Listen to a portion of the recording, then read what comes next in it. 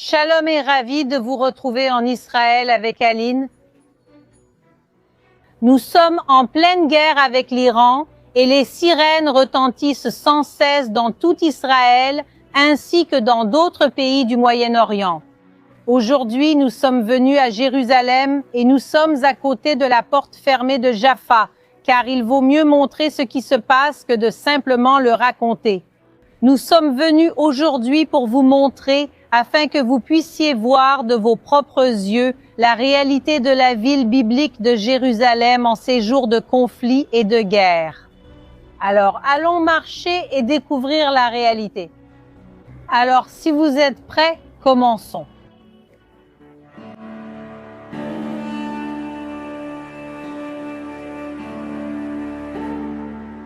Nous assistons à une scène très rare, la porte de Jaffa, la porte de Joppé, complètement fermée et verrouillée.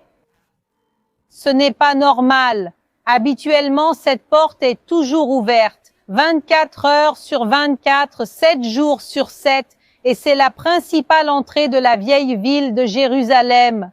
Cependant, lorsque la guerre avec l'Iran a commencé le 28 février 2026, la police et le gouvernement israélien ont pris une mesure drastique. Ils ont fermé toute la vieille ville de Jérusalem, les 8 portes étaient fermées. Sur les 8 portes, en réalité, l'une d'elles est fermée depuis de nombreux siècles. C'est la porte dorée, également connue sous le nom de porte du Messie, et sa réouverture est liée à des prophéties bibliques. Mais les 7 autres portes, dont la porte de Jaffa, sont toujours ouvertes. Mais ce que le gouvernement israélien a fait, c'est fermer toutes ces portes et limiter drastiquement l'accès à la partie historique et biblique uniquement à ceux qui vivent à l'intérieur de la vieille ville. La vieille ville, les amis, fait 1 km². Et ce n'est pas un musée à ciel ouvert, c'est une partie intégrante et vivante de Jérusalem. À l'intérieur des murailles vivent environ 30 à 40 000 personnes. Et seuls ceux dont les documents indiquaient qu'ils étaient résidents de la vieille ville, seuls eux avaient le droit d'entrer et de sortir pendant les premiers jours de la guerre. D'ailleurs, si vous venez ici avec moi, vous pouvez voir tout cela ici. Ceci a été placé par la police autour des murailles et donc l'accès était limité. Les gens devaient arriver ici comme s'il s'agissait d'une barrière, s'identifier. Et si la personne pouvait prouver qu'elle habitait ou au moins travaillait dans la vieille ville, elle avait le droit d'entrer. Mais des personnes comme moi, je suis habitante de Jérusalem, mais je vis en dehors des murailles, je vis au sud de Jérusalem, dans la partie nouvelle de la ville. Je n'avais pas accès à la vieille ville, cela pendant les premiers jours du conflit. Cependant, au fil des jours, la situation a commencé à se stabiliser. Ce n'est pas que la guerre soit terminée, nous allons encore en parler. Mais il y a eu une stabilisation de la situation, surtout ici à Jérusalem, dans une partie de la région sud. Et pour cette raison, l'accès à la vieille ville de Jérusalem a de nouveau été autorisé, mais avec des restrictions.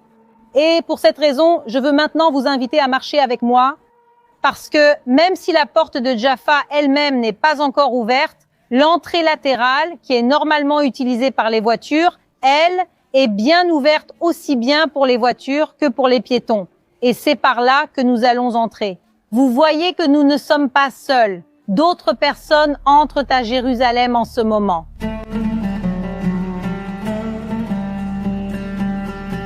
Et je veux vous montrer tout ce que nous faisons aujourd'hui, nos promenades, nos parcours, parce que je veux que vous fassiez attention même aux moindres détails.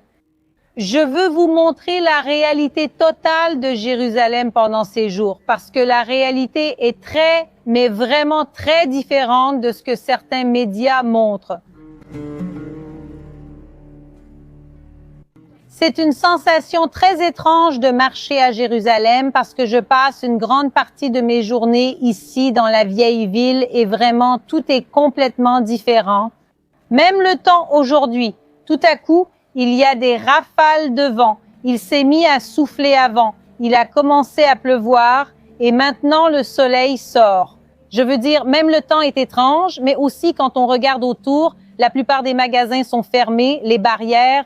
Regardez ici, les amis, les barrières qui sont placées à plusieurs endroits stratégiques.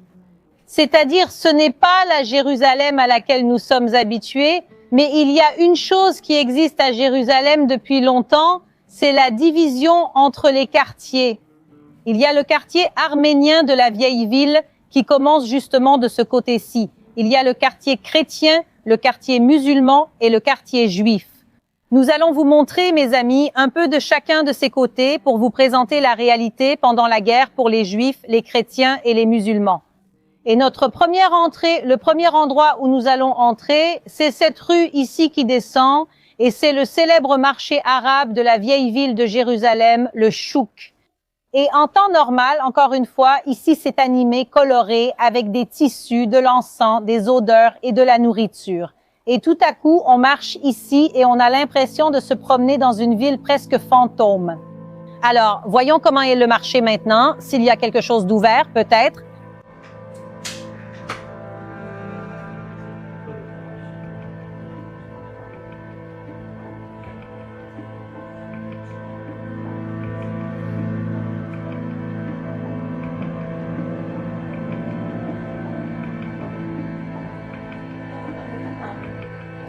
On peut voir que tous les commerces sont fermés, mais il faut se rappeler que ce marché, qui est le célèbre marché arabe de la vieille ville de Jérusalem, est principalement un marché touristique. Et en ce moment, le tourisme est pratiquement à l'arrêt en Israël. Il n'y a pratiquement pas de vols qui entrent ou qui sortent. Et c'est pourquoi il est logique que le marché touristique soit également fermé. Mais cela ne veut pas dire que le quartier musulman est fermé et ce marché ne fait pas vraiment partie du quartier musulman. Et nous allons dans le quartier musulman pour voir comment les Arabes locaux vivent réellement ces jours-ci. Mais il y a quelque chose que je veux que vous remarquiez. Même si les magasins sont fermés, qu'il y a une ambiance un peu de ville fantôme, regardez les gens. Personne ici n'a l'air paniqué, désespéré ou effrayé. Très souvent, les médias essaient de donner une image de véritable perte de contrôle, de sirènes, de missiles et que tout est désespéré, mais ce n'est pas le cas. La population israélienne, qu'elle soit juive, chrétienne ou musulmane, est très résiliente. Nous savons faire face même aux plus grandes difficultés. Donc oui, nous vivons des jours difficiles. Oui, il y a une menace concrète de l'Iran. Mais ce n'est pas pour autant que nous devons simplement désespérer et nous laisser terroriser. Parce qu'il faut se rappeler que l'objectif principal de la République islamique d'Iran, pas du peuple iranien, mais de la République islamique, des ayatollahs avec toutes leurs marionnettes, qui sont le Hamas, le Hezbollah, les Houthis, tous ces groupes terroristes, et la tête des terroristes, qui est la République islamique d'Iran, leur objectif est de nous terroriser. Ils veulent briser notre esprit, ils veulent briser notre foi, ils veulent nous enlever notre humanité et ça, ils n'y arriveront jamais. Le fait que nous soyons ici, vivant malgré toutes les restrictions, cela fait partie de notre résistance. Le terrorisme ne gagnera jamais et c'est pourquoi, oui, voir la population ici marcher tranquillement, même avec les commerces fermés, c'est quelque chose d'important.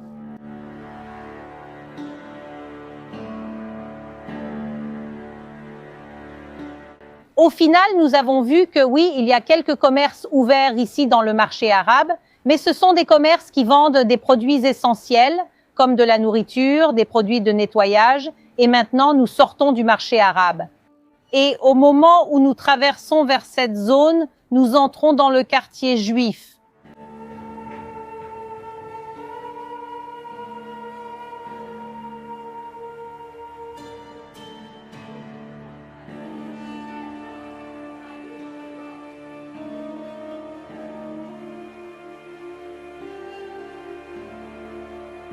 Derrière moi, 400 camions de terre du Mont du Temple ont été illégalement déversés en 1999 comme des ordures. Mais 2 archéologues ont refusé de laisser cela disparaître. Elles ont sauvé la terre et créé le projet de tamisage du Mont du Temple. Aujourd'hui, Plus de 500 000 artefacts ont été retrouvés, de la poterie du temple de Salomon, des pièces de monnaie de l'époque de Jésus, des fragments d'histoire qui étaient destinés à être perdus à jamais. Vous pouvez maintenant rejoindre cette mission de sauvetage, recevoir de la terre du mont du Temple chez vous et aider à préserver l'archéologie biblique. Scannez le code QR ou rendez-vous sur le lien ci-dessous. Je veux que vous voyiez ce qu'il y a ici.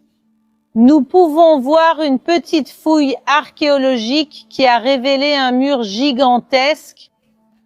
On peut voir sa largeur et la hauteur originale de ce mur atteignait à peu près la moitié de ces deux fenêtres.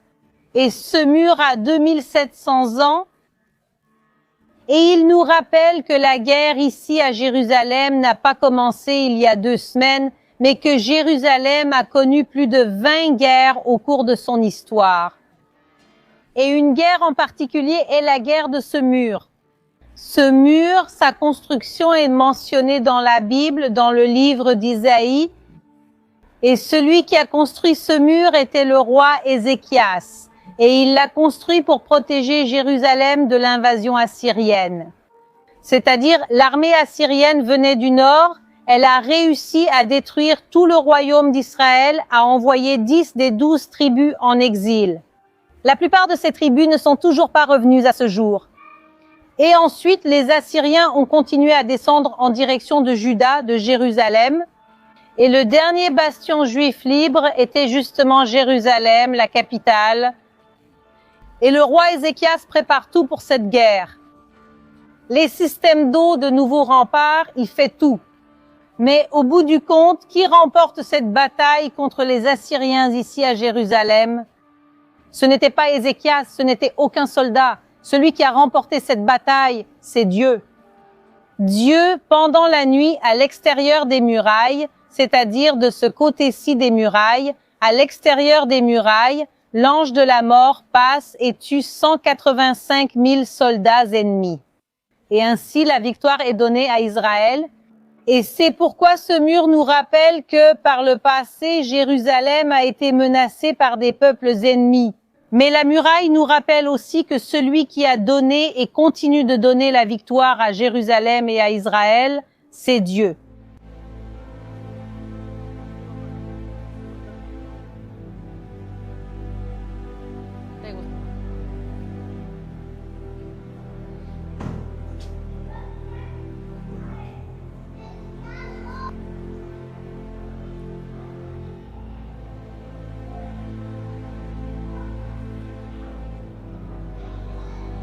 La réalité pendant ces jours est vraiment très différente. On peut même dire qu'elle est un peu surréaliste parce que pendant que je vous montrais l'archéologie biblique, la muraille d'Ézéchias, nous recevions aussi sur nos téléphones des alertes concernant les sirènes qui retentissent dans d'autres parties d'Israël en ce moment.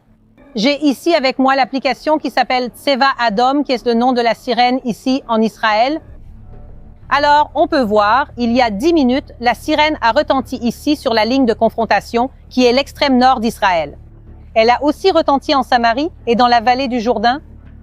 Alors, on peut voir ici dans la Shephéla, qui était la plaine côtière, combien de sirènes ont retenti à combien d'endroits. Rien que pendant cette dernière demi-heure. C'est-à-dire qu'il y a constamment des sirènes qui retentissent partout en Israël. Jérusalem, moins que dans d'autres endroits, mais il y en a quand même.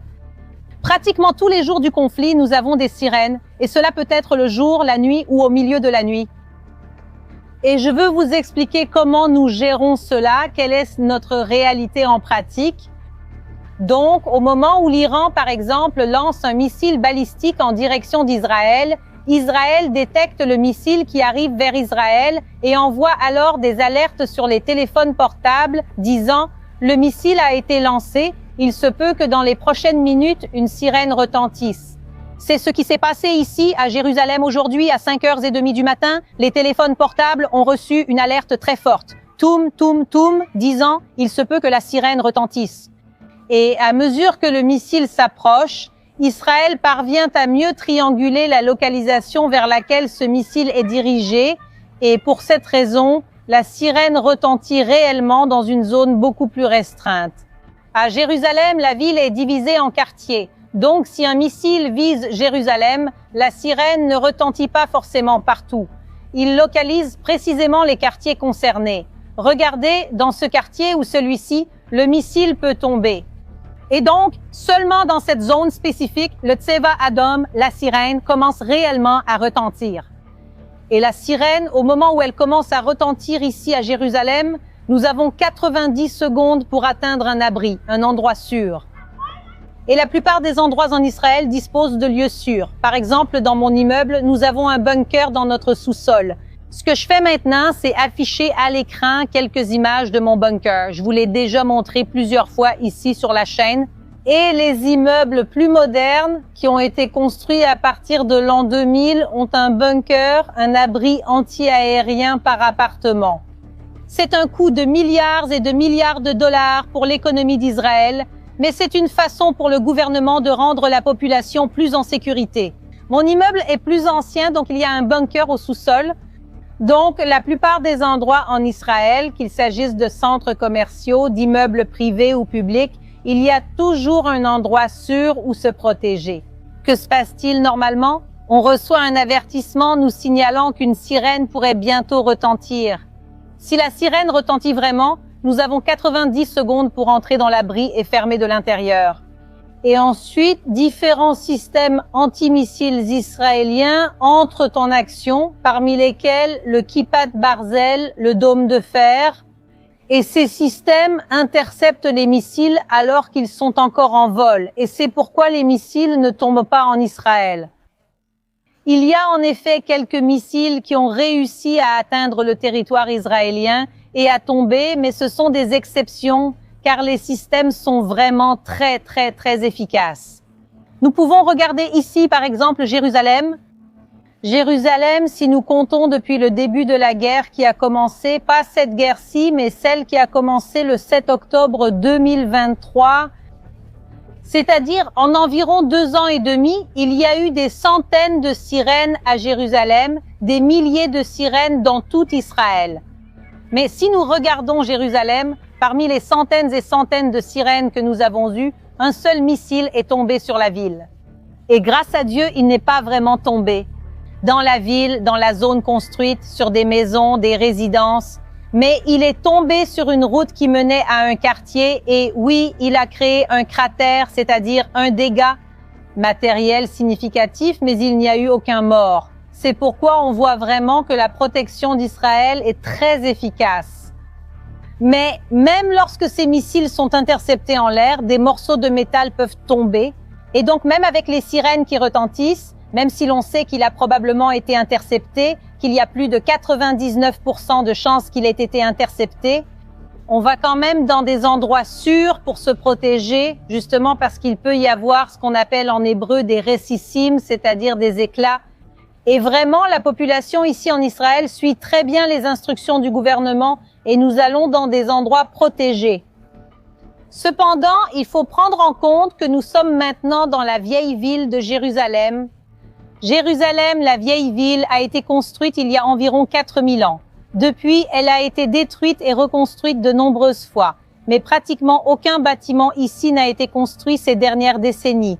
Et pour cette raison, ici dans la vieille ville, nous n'avons pratiquement aucun abri anti-aérien, aucun bunker. C'est aussi pourquoi le gouvernement israélien voulait éviter les grands rassemblements ici. Parce qu'il n'y a pas d'endroit aussi sûr dans la vieille ville qu'il y en a dans la ville nouvelle. Car il faut se rappeler que la République islamique d'Iran, ainsi que les groupes terroristes qui tentent constamment d'attaquer Israël, ils ne respectent rien ni personne. Ils lancent des missiles de façon indiscriminée contre des populations civiles, contre des juifs, contre des chrétiens, contre des musulmans. Et nous avons vu des tragédies au cours de ces années de guerre impliquant également des populations non juives. Et nous avons aussi vu que l'Iran a déjà lancé des missiles en direction de la vieille ville de Jérusalem contre des lieux saints. Et sans aucun doute, s'il n'y avait pas les systèmes antimissiles d'Israël, des lieux saints, qu'ils soient juifs, chrétiens ou musulmans, auraient été touchés.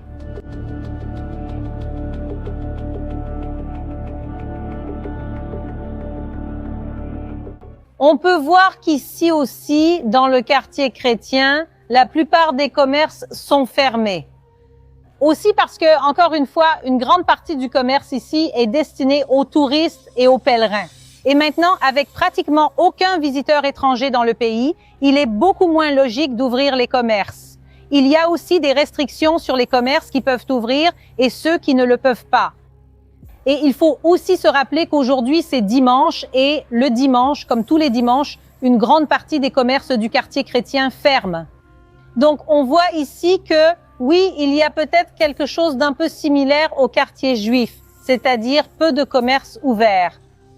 Mais ce qu'on peut aussi constater, c'est qu'il y a une atmosphère, je ne dirais peut-être pas de tranquillité, mais il n'y a pas ici de panique, contrairement à ce que beaucoup de gens disent.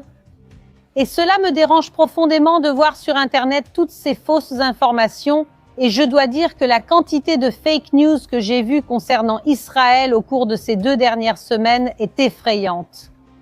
Des vidéos créées avec l'intelligence artificielle montrant des missiles tombant sur Israël, des destructions et un chaos. Et des vidéos qui circulent sur Internet disant que Tel Aviv est en ruine et que Tel Aviv a été détruite. Alors, les amis, faisons très attention aux sources que nous consultons sur Internet. Beaucoup de chaînes, parfois grandes et connues, on ne peut pas citer de nom ici, mais beaucoup de grandes chaînes connues sont parfois enclines à manipuler la vérité. Et vous voyez la réalité. Oui, Israël est en guerre. Oui, la population d'Israël est tendue à cause de la période que nous vivons. Mais il n'y a pas de grande destruction de masse, il n'y a pas de panique, il n'y a pas d'abandon. Les Israéliens ne partent pas, bien au contraire. Si vous voyez à la télévision qu'on parle de vols d'urgence, de vols de sauvetage depuis Israël, je ne sais pas si vous avez vu, tous les vols de sauvetage sont des vols pour rapatrier les Israéliens qui sont coincés à l'extérieur d'Israël et les ramener chez eux. Il n'y a aucun sauvetage de personnes fuyant Israël ou la guerre, bien au contraire. Dans la plupart des cas, il s'agit de vols de sauvetage ramenant des Israéliens de l'étranger en Israël. Oui, avec le début de la guerre, la plupart des touristes qui étaient ici ont quitté le pays. Certains sont partis en avion, d'autres ont traversé la frontière terrestre vers l'Égypte ou la Jordanie. Donc oui, des choses se passent, mais cette destruction, ces vidéos d'IA que l'on voit sur Internet, il est très important de comprendre qu'elles sont fausses et qu'elles font partie d'une guerre médiatique qui...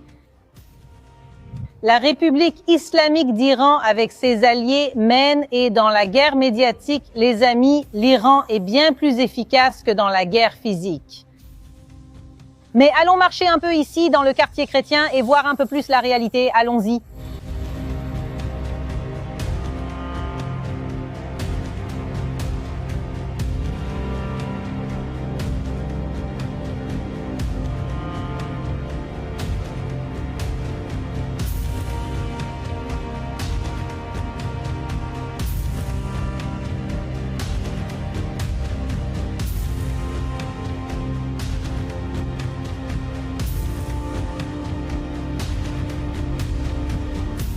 Nous sommes maintenant dans le quartier musulman et vous pouvez voir à quel point ce quartier est bien plus animé que les autres parties de la ville que nous avons vues jusqu'à présent.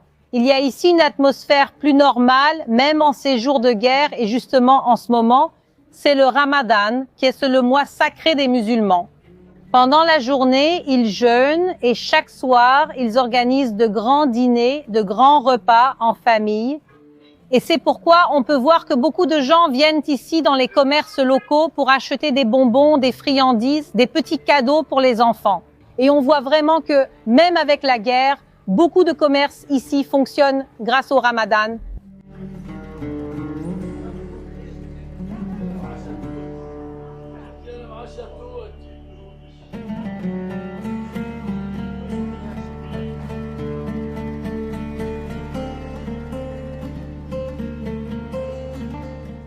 Nous sommes sortis des murailles de la vieille ville par la porte de Damas. Et je veux profiter de ce moment pour vous parler de la guerre avec l'Iran et surtout de l'avenir de cette guerre.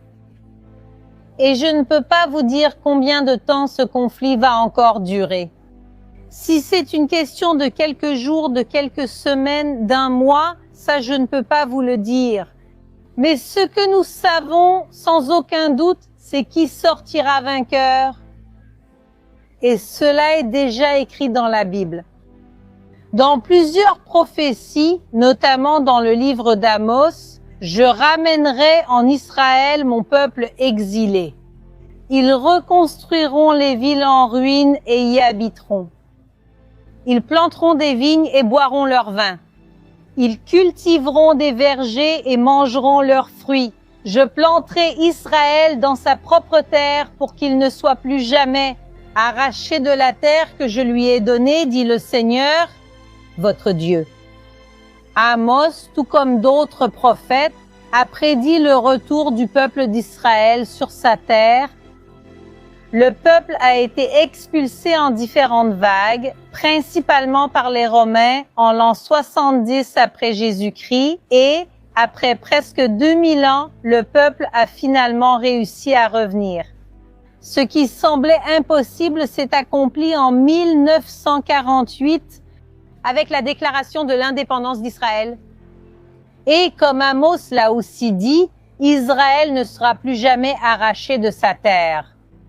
Et nous voyons que beaucoup essaient des groupes terroristes, la République islamique d'Iran elle-même, mais la Bible dit Israël ne sera plus jamais arraché. Israël est là pour rester. Donc l'objectif de tous ces groupes terroristes, qui est de détruire Israël, ils n'y parviendront pas. Et cela montre que la victoire, oui, sera pour Israël. D'un autre côté, il est aussi difficile de parler de victoire dans une guerre, car la guerre cause de la souffrance à tout le monde. Tout le Moyen-Orient souffre actuellement de ce conflit. Alors, la victoire viendra au moment où la République islamique d'Iran tombera et que le peuple d'Iran pourra une fois de plus être libre. Pour ceux qui ne le savent pas, il y a 47 ans, les ayatollahs ont pris le pouvoir en Iran et ont plongé leur peuple dans une période d'oppression, de répression et de ténèbres. Et maintenant, pour la première fois en 47 ans, leur liberté est proche. Non seulement à cause des interventions israéliennes et américaines, mais nous avons vu des manifestations de masse de la population iranienne elle-même, surtout en janvier de cette année. Des millions d'Iraniens sont descendus dans la rue pour demander la fin de ce gouvernement terrible, de ce gouvernement terroriste qui terrorise aussi la population perse, la population iranienne innocente. Des millions de personnes sont descendues dans la rue pour demander la fin du gouvernement. Et ce gouvernement sanguinaire a tué entre 30 et 40 000 personnes de sa propre population pour réprimer ces manifestations. Et maintenant, enfin, avec tout ce qui se passe, on voit ce gouvernement satanique s'effondrer petit à petit. Et ma prière aujourd'hui est pour la liberté du peuple iranien afin qu'il puisse vivre librement comme il l'était. Le peuple iranien est un peuple merveilleux, c'est un peuple ami du peuple d'Israël. Malgré toute la souffrance que la guerre cause, l'ennemi ne parviendra jamais à détruire notre foi, à détruire l'histoire biblique de Jérusalem et de tout Israël. Et le fait que nous soyons ici, debout, aujourd'hui, fait partie de cette preuve, de la preuve que la foi de ce lieu ne disparaîtra jamais. J'espère que vous avez apprécié la journée d'aujourd'hui et on se retrouve la prochaine fois.